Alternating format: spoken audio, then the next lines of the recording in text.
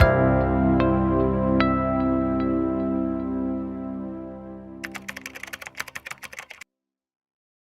name is Jeremy. I'm one of the physician assistants in the Department of Plastic Surgery, and I do help run that wound care clinic. I saw that you guys already had lunch today, so that means I can show the more gruesome pictures, right? No, I'm just kidding. So today we're going to go over a little bit just about general wound care, especially in our pediatric patients. So the title of the presentation today is The Wound That Won't Heal. So the goals are as follows. First, we're going to kind of delve into the basics of wound healing. Later on, going to the challenges of managing pediatric wounds. And lastly, going into the wounds that you guys might see in clinic, and then later on, wounds that you might want to refer to a wound care clinic in general. A little bit about the basics of wound healing. As you guys know, there are three main phases of wound healing. There's inflammatory phase, the proliferative phase, and lastly, the remodeling or the maturation phase. During the inflammatory phase, this is particularly where the patients will likely come and see you guys for, say, a cut or some type of wound. This is where you'll have a lot of that redness and swelling. Patients may be worried about infection, but particularly this really just means that the wound has started its healing process. So during this inflammatory phase, of course, this is where you have your neutrophils, macrophages, and lymphocytes coming in to help clean that wound bed. During the proliferative phase, that's where you're going to have collagen deposits come in and to help set what's going to be later on will be the new skin. And lastly, you'll have the maturation or the remodeling phase, which is essentially itself scar maturation.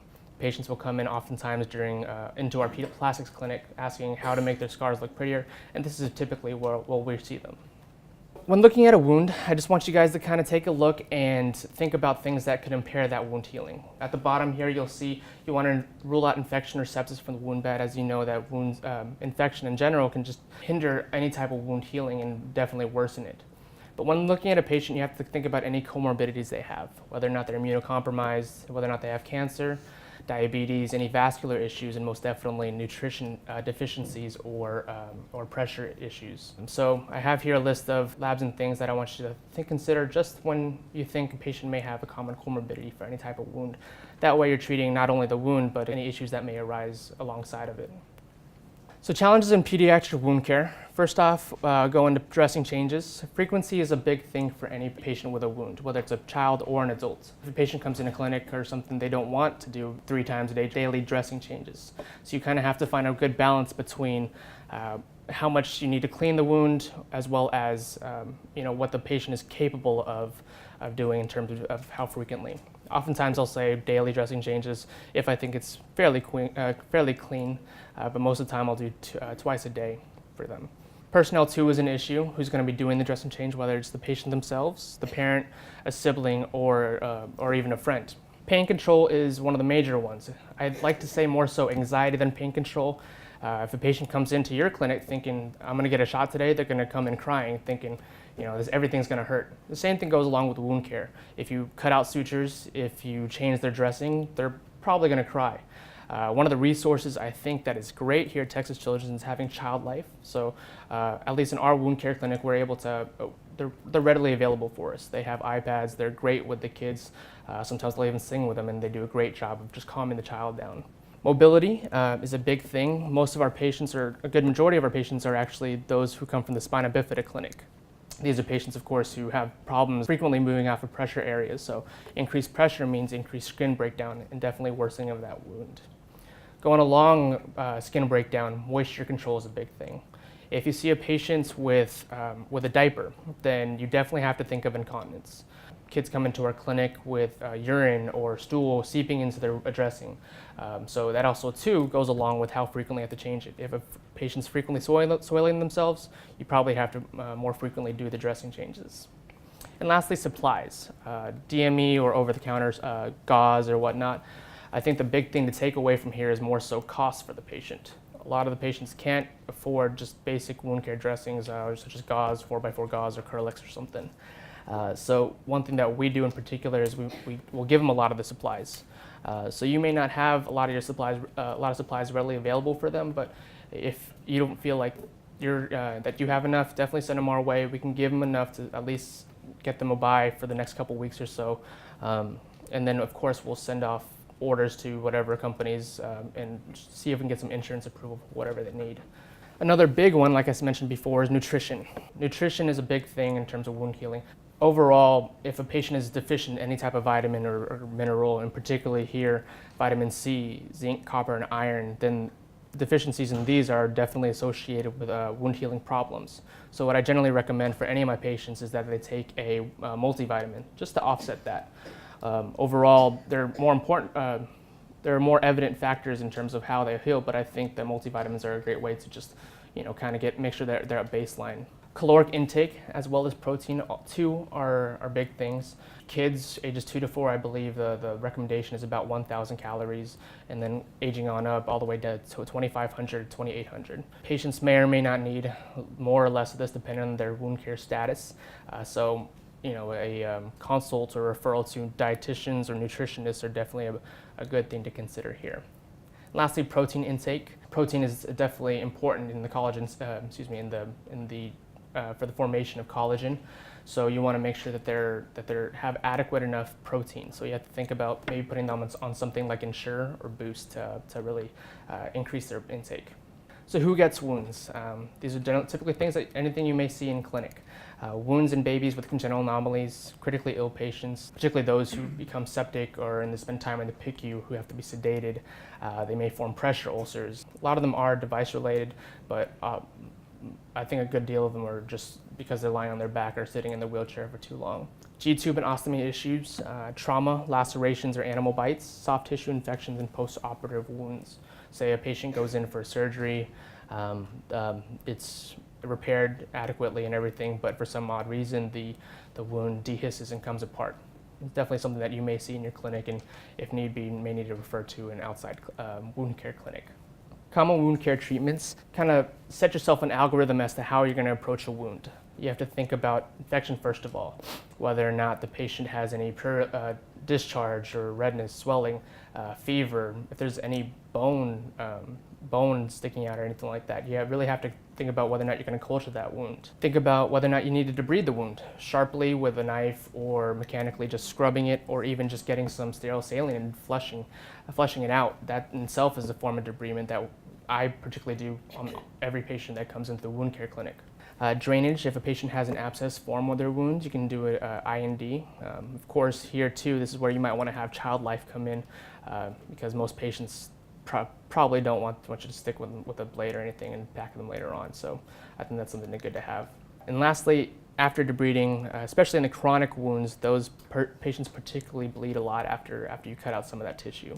So you need to ensure that you have hemostasis, whether it be just applying some pressure to the area, doing some silver nitrate, probably not having to do a suture ligature, and potentially doing electrocautery if you have that available in your clinic. Afterwards, you have to consider how to manage the wound, what type of dressing you're going to use. I think at least for the initial phases of wound care management, wet to dry is an excellent thing to do, at least if they're going to be seen in your clinic, and then if you're going to refer them out to later on, at least to stabilize the wound. Essentially what you're doing with the wet to dry is grabbing some 4x4 gauze or some Curlex and just squirting it with some sterile saline. Kind of wring it out a little bit, that way you don't get too much moisture in there. You'll stuff it into the wound itself if it's deep enough, and then you'll essentially just secure it with whatever gauze or tape or Curlex or whatever you need. It's essentially the same as after you pack some iodoform gauze into an abscess after you do an IND. Bacitracin, that's of course just the antibiotic ointments, something I do for most patients that will come out of surgery. I say just bacitracin for a week or so. Keep in mind too that generally after about a week or so it may cause a little bit of irritation. So afterwards you can probably switch to just petroleum jelly or something like that. For any burn patients, particularly those with second-degree burns, I usually have a little algorithm of applying some bacitracin to the wound bed and then putting some Xeroform on there. Xeroform's a little bit of the yellow gauze that you may see every now and then. It has bacteriostatic properties, and so that way you help double offset that infection rate for that. So I think it's a great thing. It's hard to find Xeroform in pharmacies, I think. So what I always do is I give the patients I give them a short-term supply for it, at least until they're seen in clinic. I tell them, if you happen to run out, go ahead and get this thing. It's called Adaptic. It works a little bit differently, but it's great because it's non-adherent. It's not adherent, so the patient doesn't cry every time you rip off their dressing, so it's a great thing to have for them. And lastly, wound vac. That's one thing that we do a lot in wound care clinic, even in the inpatient side. Essentially a machine with sponges, a black or silver sponge, or even a white one, so depending on the need for it. And it's probably not something that you have in your pediatrics clinic, but it's something that's a great technique to use for patients. Essentially, you'll cut out the sponge in the shape of the wound that you have. You'll shove it into the wound, and then with tape and tubing, you'll connect it to the machine.